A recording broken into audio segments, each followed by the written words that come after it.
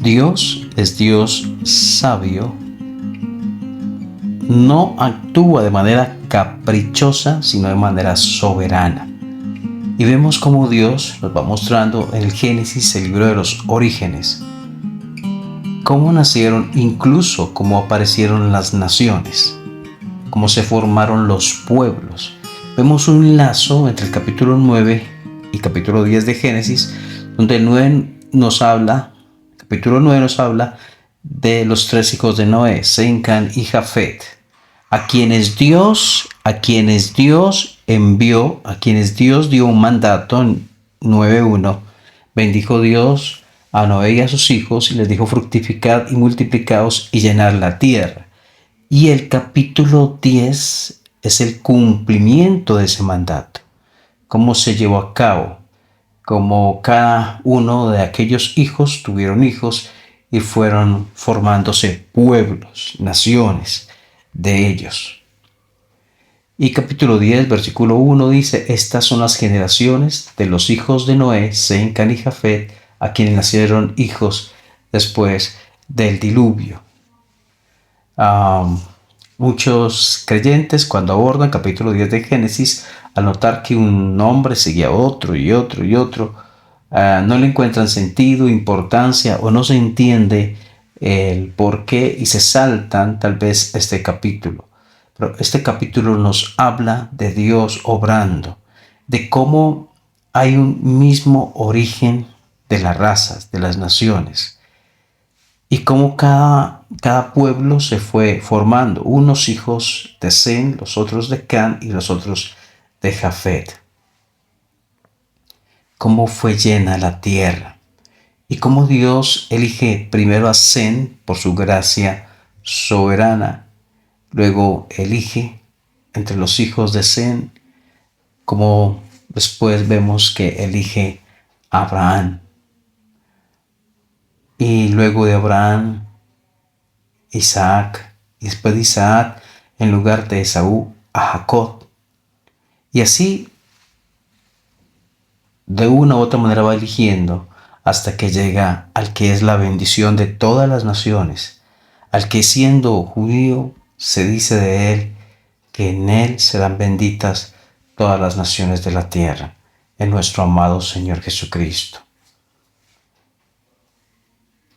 Aquí vemos cómo Dios lleva a cabo su plan, cómo se va poblando la tierra y cómo se va cumpliendo el propósito divino, propósito que tiene como fin la salvación del hombre, la salvación para todo aquel que descansa en la obra redentora del Mesías. Vemos a un Dios obrando, vemos a un Dios haciendo, vemos a un Dios que va permitiendo que se formen naciones aquí y allá, unos europeos, otros en África, otros en Asia, y se van esparciendo a través de todos los países. Vemos cuál fue el que formó un país tan importante como Babilonia. También se menciona cuál fue a través de quién se formó Nínive.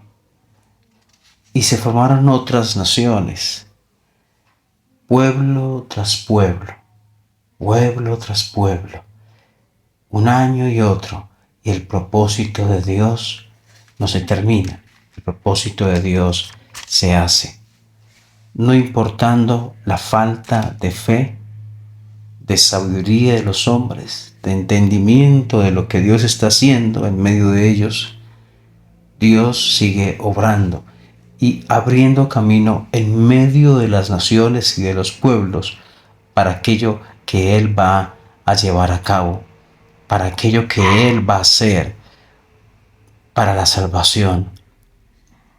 Porque de tal manera amó Dios al mundo, y el mundo cobija cada una de estas naciones mencionadas y las no mencionadas en el capítulo 10 de Génesis. De tal manera amó Dios al mundo, que dio a su Hijo unigénito, para que todo aquel que en Él cree no se pierda, mas tenga vida eterna. Y versículo 33, 32 nos habla del capítulo 10. Estas son las familias de los hijos de Noé por sus descendencias en sus naciones. De estos se esparcieron las naciones en la tierra después del diluvio. Después del diluvio, vemos un hilo yéndose a través de toda la historia de la raza humana, donde los hombres pecan, donde los hombres hacen lo que se les antoja, pero el propósito de Dios no se rompe, no se termina, no se acaba, no es dañado. El propósito de Dios llegará a su fin, a donde Él ha querido que llegue. El Mesías vendrá, y el Mesías vino. La salvación llegará, y la salvación llegó. A través del cumplimiento de lo que Dios había diseñado. Y los pueblos de la tierra, formados a través de una misma sangre, a través de la cual Él hizo todas las naciones, verán un día al que el Señor y todo, sea que haya creído en Él o no, doblarán sus rodillas ante aquel que es el Señor de los cielos y de la tierra.